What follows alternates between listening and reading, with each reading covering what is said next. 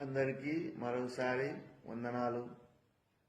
మనము వ్యక్తిగతంగా మన జీవితాన్ని మనం పరీక్షించుకున్నట్లయితే ప్రతి క్షణము ప్రతిదినము మనము ధన్యులమే.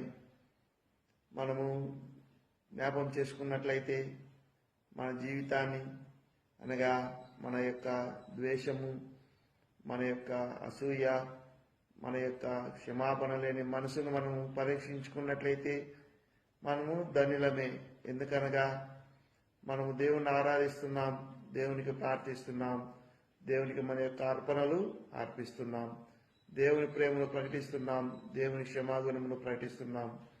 అయితే మనం ప్రకటించుట, ప్రార్థించుట, అర్పించుట మటుకే కాదు, కానీ మనము యథార్థంగా దేవుని వెంబడించాలని దేవుడు కోరుకుంటున్నాడు. కనుక మనము దేవుని మనసుని ఎరిగి ఇతరులను క్షమించే వారంగా, ఇతరులను ప్రేమించే వారంగా, ఇతరులను తిరస్కరింపక అనగా మన తోటి వారిని మనల్ని మనం ప్రేమించుకున్నట్లే మన తోటి వారిని ప్రేమించే మనసు, క్షమించే మనసు, సమాధానం కలిగి ఉండే మనసు కలిగి ఉన్నట్లయితే మనం చేసే ఆరాధనలు, మనం చేసే ప్రార్థనలు, మనం అర్పించే అర్పణలు దేవుడు అంగీకరించేవాడుగా ఉంటాడు.